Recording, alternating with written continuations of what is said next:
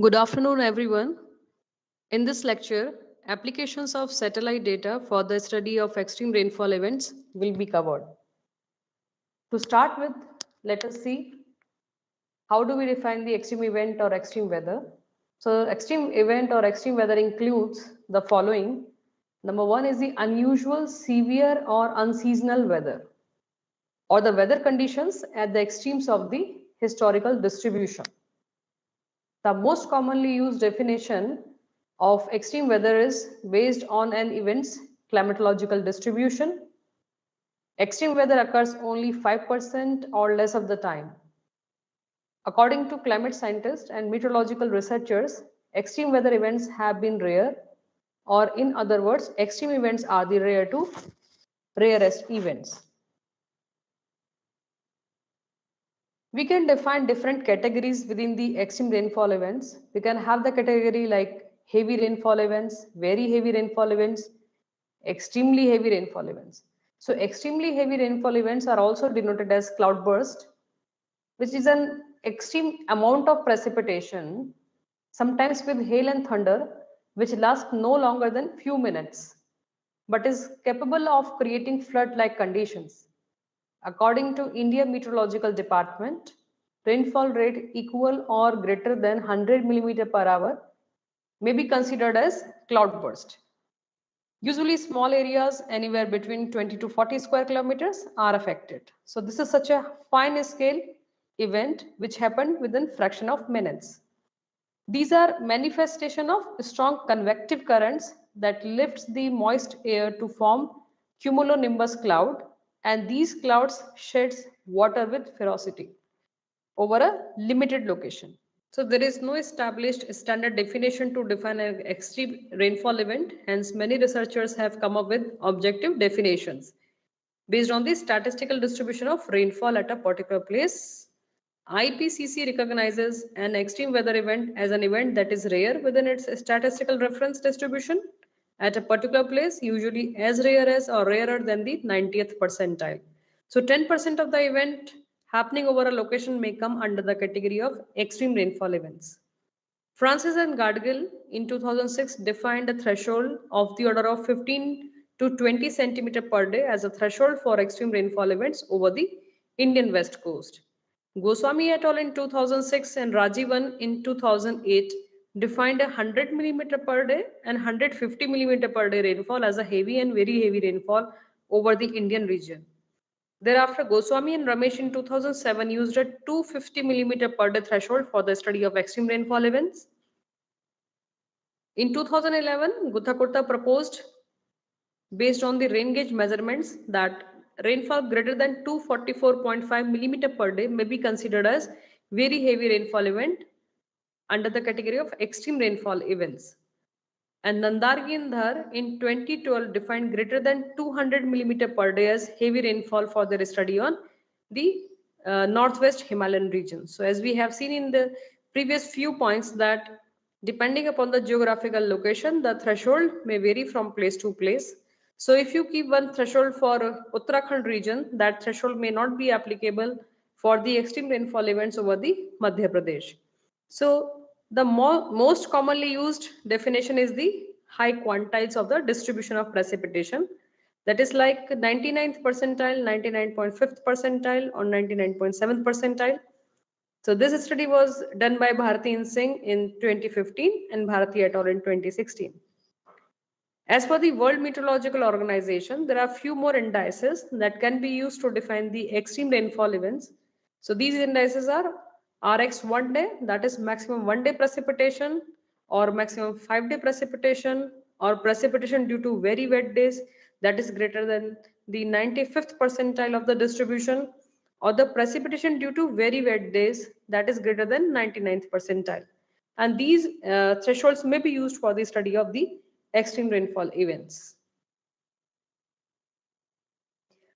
This is the pictorial representation of any meteorological variable over a particular location. However, this distribution matches with the rainfall distribution over a location.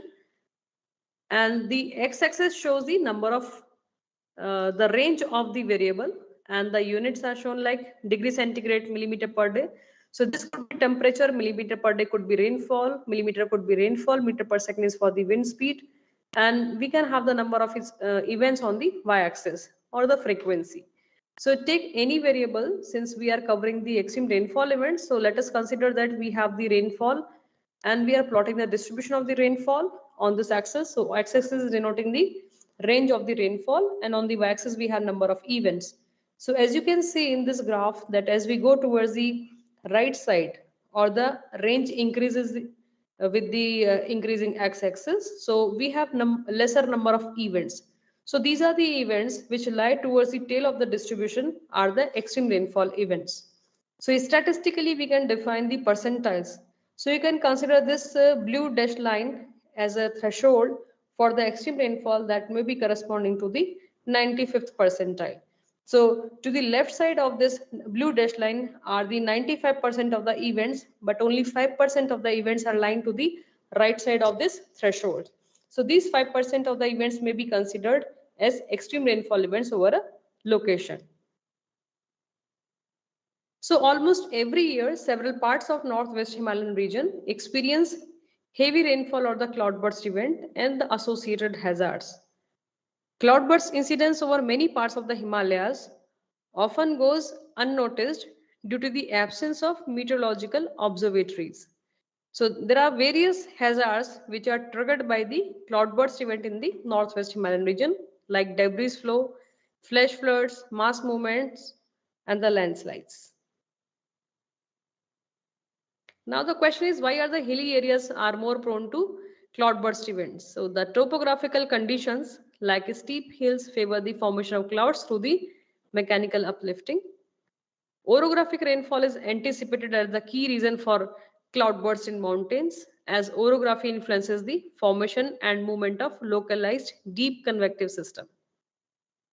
So normally we have the rainfall towards the windward side and the opposite side that is also known as the rain shadow region. Normally particular rainfall can be leveled as cloudbursts in the light of the destruction caused by particular rainfall event. So the amount of the rainfall matter and also the geographical location. Suppose we have rainfall of the order of 200 millimeter over a location in Uttar Pradesh, but at the same time we have a rainfall of the order of 200 millimeter over the hilly areas. So over hilly areas, such amount of the rainfall may cause havoc or it could be considered under the category of cloudburst event. So cloudbursts can be easily noted in mountainous areas, although plain areas are also susceptible to it. In India, extremely heavy rainfall events occur during the monsoon season due to strong convection associated with orographic forcing over the Himalayas, Western Ghats, and northeastern hill states. This convection in the form of cumulonimbus cloud can rise up to 15 km, or this is the height of the convective clouds during the time of the cloudburst events, with marked instability and deep convection with orographic forcing.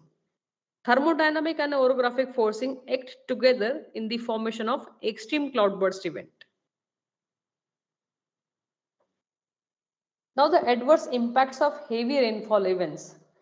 Heavy rainfall events turn into flash floods after destructing the infrastructure due to heavy hit of water on houses and other infrastructure, hence generating double difficulty for human and other living beings. Economic loss and environmental losses are always attached to the disasters and same can be associated with cloudburst events. Loss of road networks and other communication modes make it difficult for disaster forces to act in immediate mode.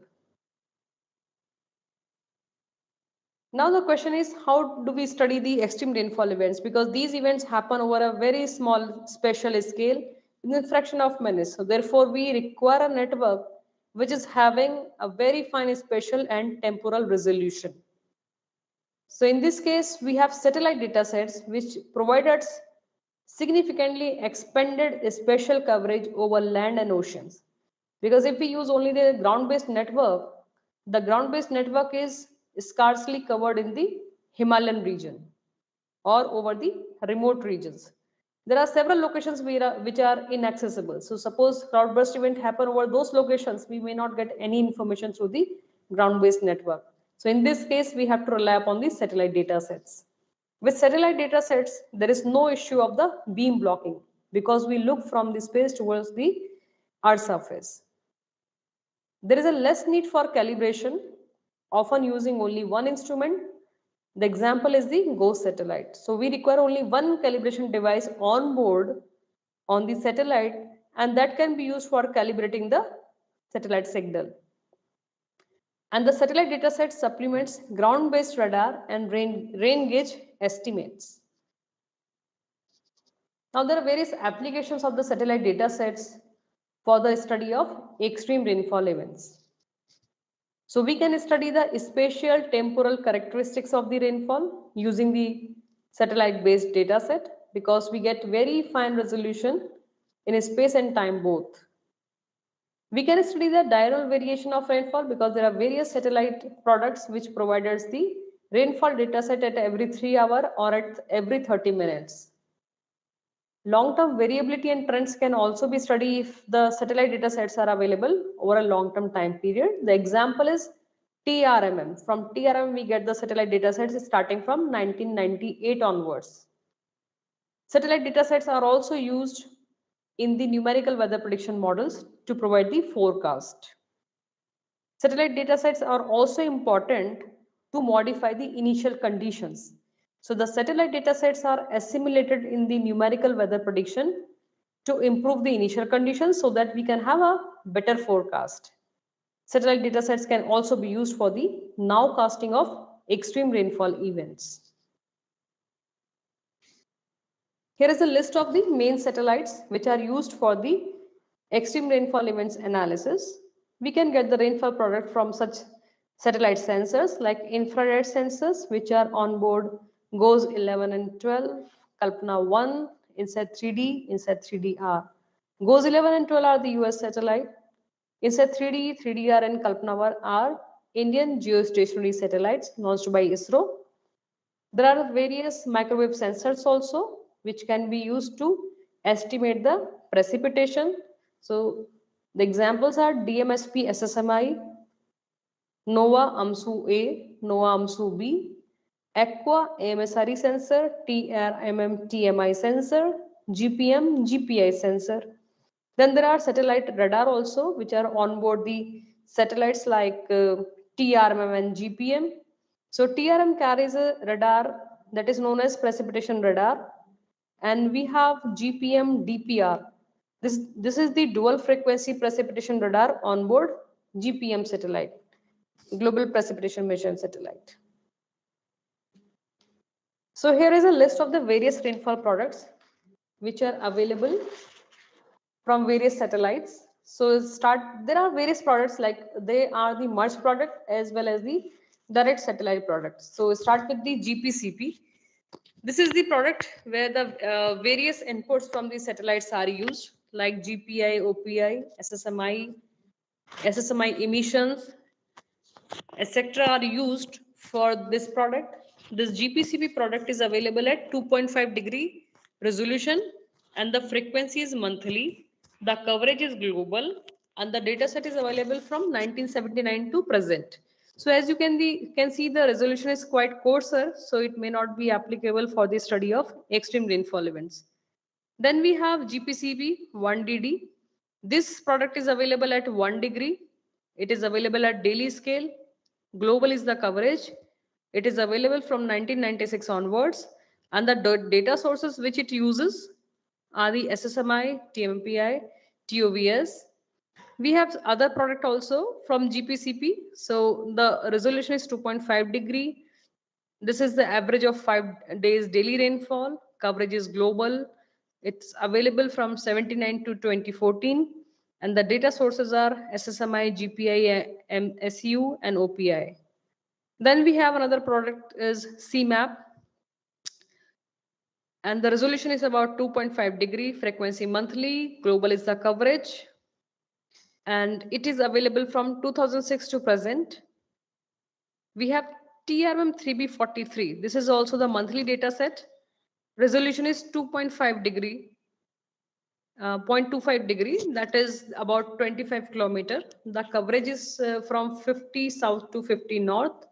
and it is available from 1998 to present.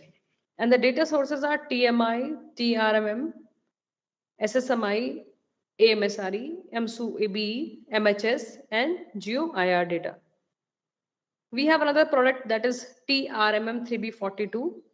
It is also a high resolution, having a coverage of about uh, 50 south to 50 north. It is available at every 3 hour. Daily product is also available.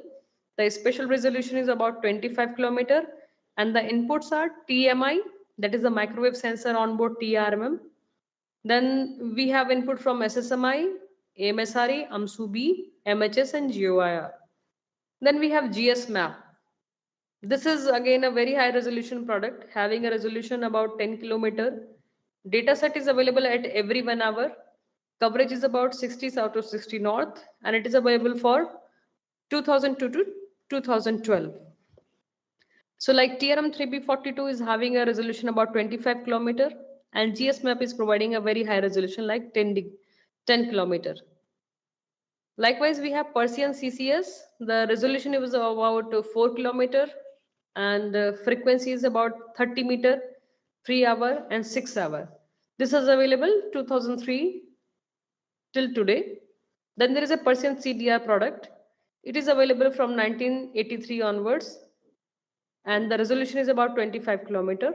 We have CMORPH. The resolution is about 8 kilometer and also 25 kilometer. We have 30 minutes data available from CMORPH, then 3 hourly data and the daily data. The data set is also available for the past 20 years, 2002 till today. And the data sources which go into the preparation of this particular data product are the TMI, SSMI, AMSRE, AMSUB, Meteoset, GOES, MTSET. We also have another product that come from the Global Precipitation Mission, that is GPM. The resolution is about 10 kilometer, and temporal resolution is about 30 minute, 3 hour, and daily. The coverage is from 60 south to 60 north, and it is available from 2015 till today. There is another product by GPM, that is iMerge. This particular product is also available over this temporal resolution, the same special resolution, that is 10 kilometer and available for 30 minutes, 3 hour, and daily. And this iMerge product is available from 2000 till today. So we have a long-term time series from GPM iMerge. This dataset is highly important for the analysis of extreme rainfall events globally. Then there is a MS Web product which is available at 0.1 degree, that is 10 kilometer and 50 kilometer. The frequency is about 3 hour and daily. Coverage is global, which is available from 1979 till today. And the data source which have gone into the preparation of this particular data set are the CPCB, GPCC, CMORPH, GMAP, MVK, TMPA, ERA and TRIM, JRA 55. Apart from this, we also have geostationary satellite launched by ISRO, and this satellite is INSAT 3D. There is the repeat satellite also INSAT 3DR. So this derived rainfall data sets over Indian sector are available, and we have products like IMR, HE-RAIN, and GPI. These products are having a varying resolution both in space and time, and the finest resolution that we can get from the ISRO satellite, that is up to 5 kilometer, and at every half an hour we have the data available from INSAT series. So if we combine the INSAT series data set, like we get one product from the INSAT 3D and we get the next time step from INSAT 3DR. So the combined INSAT data set can provide us the data set at every 15 minutes. So increasing trend of the extreme rainfall events over Indian region were identified by Goswami et al. In 2006. They have utilized the rain gauge based data set, and first of all, they have seen the historical distribution of rainfall over Indian region. So this particular map, this Indian map, shows you the climatological distribution of monsoon season rainfall. As we can see in this figure, the rainfall amount is very high over the Western Ghats and the Northeast Indian region, and there is a moderate rainfall in the Central Indian region where the rectangular box is kept.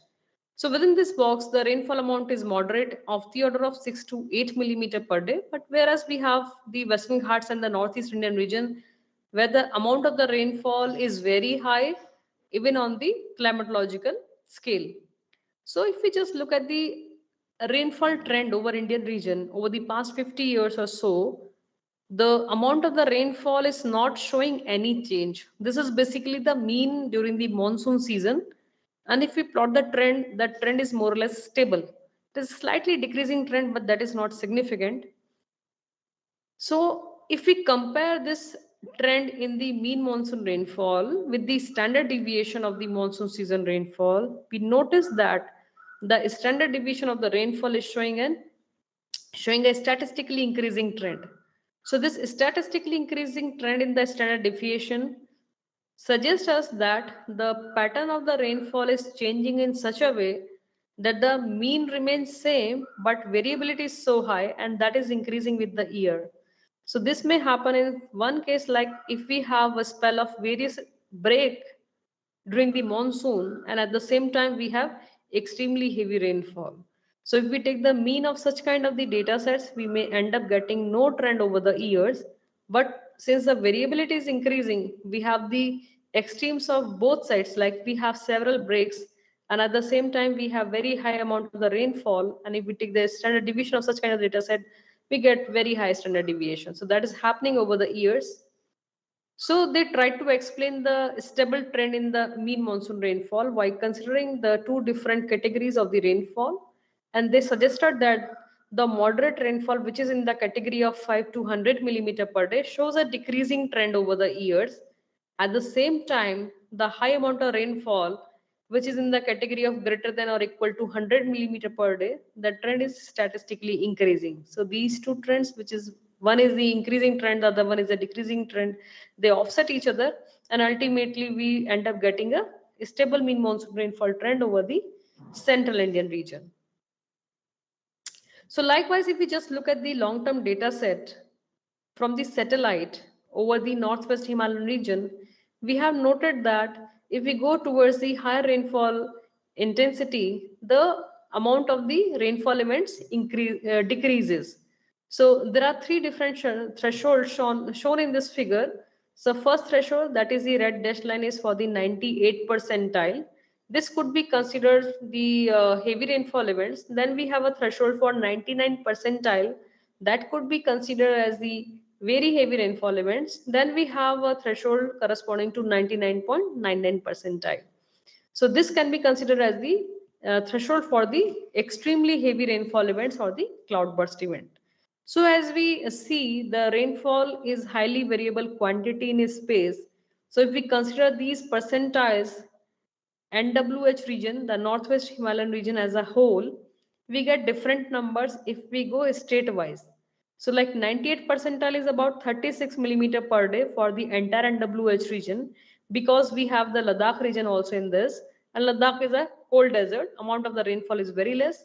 So because of the inclusion of the spatial variability, we have low threshold here for the NWH region. But if we compare this threshold with the Uttarakhand, the amount of the rainfall is about 59 millimeter per day. Likewise, we have variability in the threshold of the cloudburst event as well. So 157 for the NWH region, 179.9 for the Uttarakhand region. Himachal Pradesh is having a threshold of about 160.79, and Jammu and Kashmir is having a threshold of about 123.38. The analysis has been done, which is shown here in this picture, based on the TRMM 3B42 dataset. After using this dataset, since we have the data coming from the TRM, which is having very high spatial and temporal resolution, so such spatial maps may be generated. And from such kind of the analysis, we come to know the locations which are prone for the extreme rainfall events.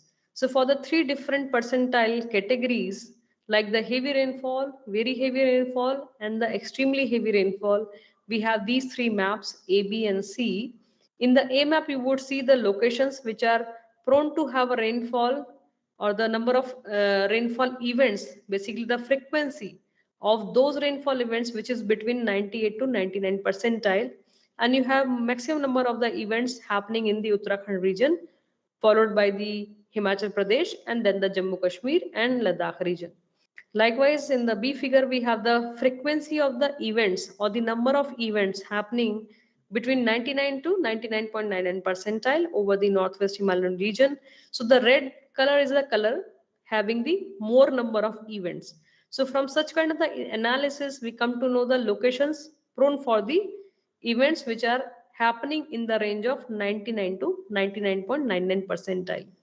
So high frequency of the extreme rainfall events over region with less than 3000 meter elevation have been noted. So most of the rainfall events are concentrated over the locations lesser than 3000 meter elevation. Uttarakhand experiences higher number of extremes than the Himachal or Jammu Kashmir and Ladakh. And the locations like Kangra, Hamirpur, Sirmaur, Nainital, Udham Singh Nagar and Champawat districts are highly prone to the extreme rainfall events. Such analysis was also done over the Western Ghats region. So this is the spatial distribution. The map shows the spatial distribution of the seasonal mean rainfall over Western Ghats. So color bar shows the amount of the rainfall in millimeter per day. So as we can see in this map, the amount of the rainfall is maximum in the Karnataka region. Second is the Maharashtra region, and the least rainfall we see in the Kerala, if we consider these three states in the Western Ghats region. So if we plot the histogram of the rainfall over the Western Ghats from the TRMM3B42 dataset, we do see that the 99.5 percentile is about 119.6 millimeter per day, whereas 99.75 percentile is about 150.05 millimeter per day for this entire region. That is quite different from the thresholds that we have seen over the northwest Himalayan region. So this also suggests that this amount of the rainfall is highly variable. Therefore, the threshold which we take over one location may not be applicable for the other location. So based on this threshold, if we develop the maps showing the number of events happening over these locations, we do see that, however, the amount of the rainfall during the season, that is the mean monsoon rainfall, was more over the Karnataka region, but the extreme rainfall events are more over the Maharashtra region, which is greater than 150 millimeter per day threshold. Likewise, based on the TRM3B42 dataset, another study showed that increasing vertically integrated moisture transport over the Arabian Sea is likely reason for the increasing trend of seasonal rainfall in the western parts of India during recent decades. Because in recent decades, east-west asymmetry in the Indian monsoon rainfall has been noted. In this particular study, the 3B42 dataset was used, and it also has been noted that the seasonal mean rainfall was lesser over the eastern parts. So that was because of the decreasing trend of the vertically integrated moisture transport from the Bay of Bengal. So in recent years, the transport of the moisture from the Arabian Sea is increasing, whereas the transport of the moisture from the Bay of Bengal is decreasing. So the increasing moisture transport from the Arabian Sea is responsible for the enhanced rainfall in the western part of Indian region. This is another study based on the extreme rainfall events, and this suggests that there is a threefold increase of the extreme rainfall events over the central Indian region based on the past 50 years of the data set. Now this is the results based on the analysis were done over the northwestern Himalayan region for the year 2022. So from the satellite data set, it has been noted that there were about 12 locations where the cloudburst event were reported till the time the images were prepared. So if we just see the reported cloudburst event over the northwest Himalayan region in the monsoon season of 2022, there were about 6 cloudburst events which were reported over the Himachal Pradesh, 3 over the Uttarakhand region, and 3 over the Jammu Kashmir region. And none of the events were reported on the Ladakh. So if we just look at the temporal variation of these events over the years, starting from 2015 onwards, we do see that there is an increase in the number of events after 2017. So the event went up to 42 also in the Uttarakhand region in the year 2021. Only 3 were reported in the 2022. However, there was a consistently increasing trend in the cloudburst event from 2017 onwards. So this figure shows you the propagation of the rain bands across the NWH region. The images have been developed using the fan resolution inside 3D dataset, which provides us as every half an hour the rain band propagation across the region at about 5 km resolution. Now, so far we have seen that the data sets can be utilized to generate the statistical distribution, statistical information, the spatial maps of the locations which were prone for the extremes, and we can also do the trend analysis. But what if we would like to forecast the extreme rainfall events? So for this purpose, we have to go for the forecasting. So weather forecasting is the prediction of the state of the atmosphere for a future time and for a particular location. So weather forecasting, this involves a combination of numerical models, observation data sets, and a knowledge of trends and patterns. Therefore, that information, whatever we get from the long-term data sets, be it a satellite data set or the rain gauges, we get a priori information about the trends and the climatological distribution. Suppose we run the model and we get the output from the model for the rainfall, and we find that the amount of the rainfall is very high in the Ladakh region from the model simulation, then we can compare that with the climatological distribution. And then we will come to know that whether our model is providing us the correct output or the wrong output. So numerical models are basically the mathematical representation of Earth's climate system, including the atmosphere, ocean, cryosphere, and land. So we take the equations of fluid mechanics and try to model the atmosphere. We use the thermodynamics that describe the climate's Earth system. So basically we require the energy to derive the general circulation of the atmosphere. The energy comes from the thermodynamic equations and that follow the law of conservation of energy. The fluid mechanic equations provide us the momentum. So we have the momentum equation and we consider the conservation of momentum through the mathematical equations. We also use the conservation of mass based on the continuity equations. So there are altogether 7 primitive equations to define the motion in the atmosphere. So we convert these equations which follow the conservation of mass, conservation of energy, and conservation of momentum to define the atmosphere, and these equations we convert them to a form where they can be programmed into a large computer. So weather research forecasting model is one of the numerical weather prediction model, which is a non-hydrostatic mesoscale model with distributed development and centralized support. The codes are freely available from the link. So this can be utilized for the forecasting of the extreme rainfall events. And this model is an atmospheric modeling system designed for both meteorological research and numerical weather prediction. This can also be used for the simulation of various meteorological mesoscale and large-scale phenomena. So here is the workflow diagram for the WRF numerical weather prediction model. And in the left-hand side, we show you the type of the grids which are used by the model. So horizontal grids we use that shows the spacing between the latitudes and the longitudes, or we define a location using these grids. Then we have the vertical grids that shows you the height or the pressure.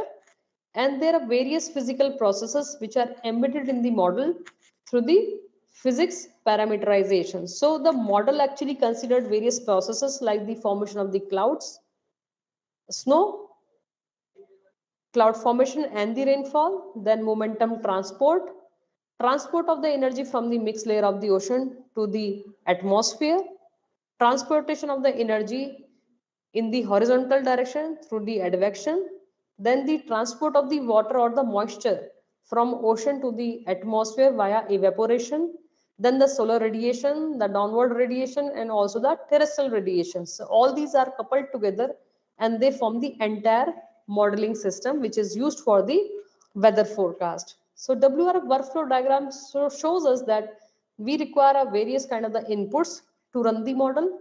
We require the static geography, that is the land use, land cover, the elevation, etc. And we also require the meteorology of a particular location. So suppose we would like to forecast the weather over a specific location, we require the geographical information of that particular location, as well as we require the meteorological information of that location to run the model in the for the coming time steps. So this input goes into the WRF pre-processing system, that is WPS. We get the information, or we prepare the model grids using the GeoGrid program, and we ungroup the data, which are the meteorological data sets. So this ungrouped data sets and the geographical information of the model domain are required for preparation of the metgrid files. So this WRF pre-processing system provide the information to the WRF system. Here the actual simulation of the atmosphere is carried out, where we generate the output. So the output that we get from the numerical weather prediction model WRF, that is post-processed using various softwares like NCAR command language, Python, grid analysis and display system, MATLAB, etc. So we get the data set in the proper format for the analysis purpose. So now here we have the list of various research that we can do using the WRF. So we can carry out the idealized simulations at many scales like convection, baroclinic waves, or the large eddy simulations. We can study the atmospheric physics or the parameterization. We can carry out the data assimilation. We do the specific case study of a particular cloud burst event or the tropical cyclones. We can do a real-time numerical weather prediction and the forecast. So we can provide the forecast for the coming few hours or the next few days, like 1 day or 2 days. So by providing the forecast, we can have the information about the weather conditions beforehand. So regional climate and the seasonal time scale analysis can also be done using the weather research forecasting model. Then the coupled model application can also be done using the WRF system. So as we have seen that the satellite data sets can be used for the long-term analysis of the extreme rainfall events, their trend, their spatial temporal characteristics, their statistical information. We can also use the satellite data sets for the numerical weather prediction.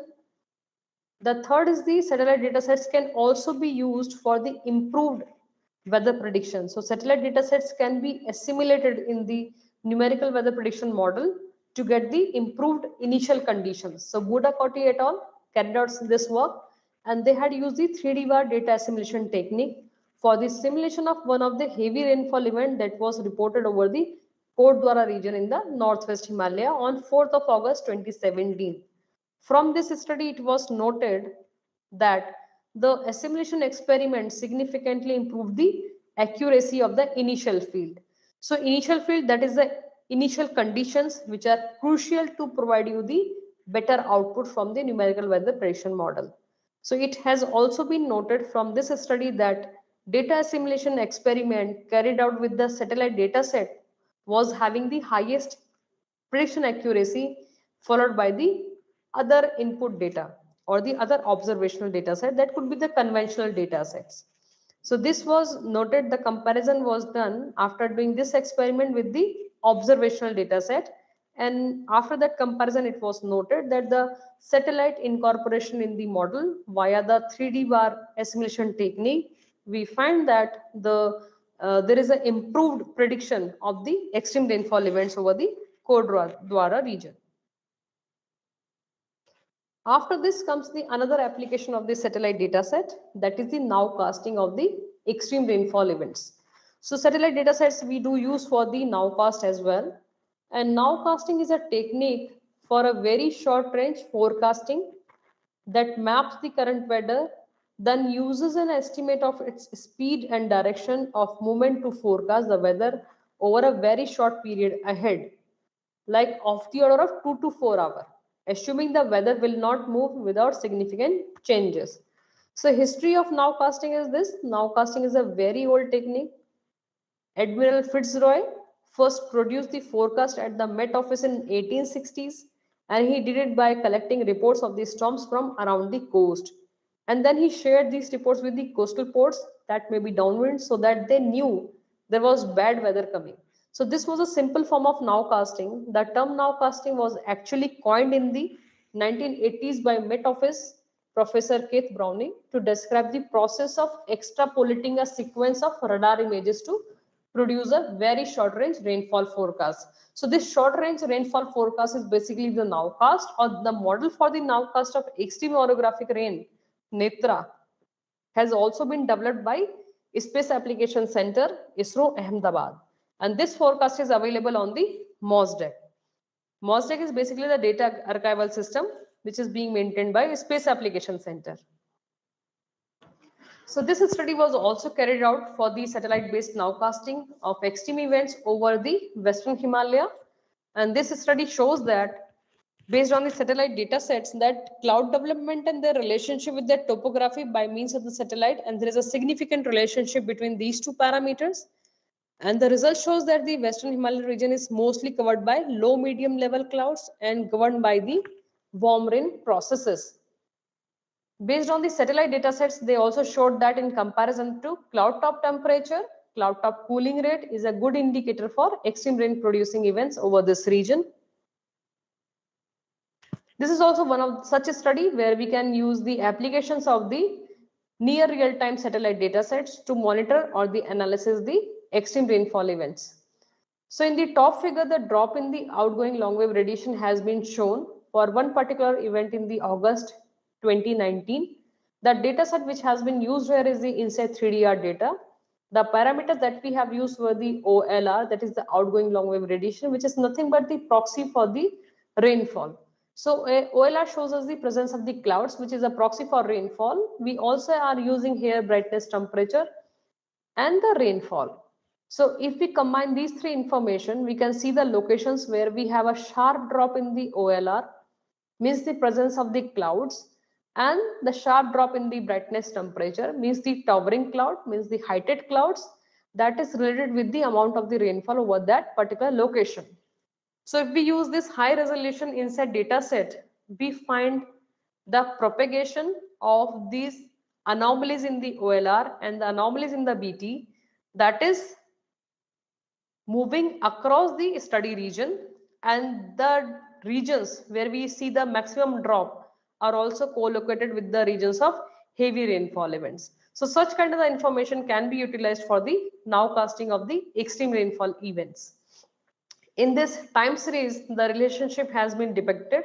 So you can see there is a red curve which shows a sharp drop in the amount of the OLR. The drop is of the order of 100 watt per meter square, and the maximum drop in the OLR is co-located with the enhancement in the rainfall. So this is the example of one of the cloudburst event which happened in the Almora, and during the time of the cloudburst, the amount of the rainfall was about 100 millimeter. However, before this and post this event, there was no rainfall over the Almora region. So this suggests that this event was very short-lived event, and the signal was nicely given by the outgoing long wave radiation. So likewise, one more analysis was also done for the cloudburst event at Leh that happened in August 5th, 2010. This is a report by the media. Now, so based on the INSAT data set, if we see that the propagation of the rain bands across the Indian region, we do see that on August 5th, 2010 at 3 GMT, there were no rain bearing system over the Leh region, but a rain band can be seen in the central Indian region.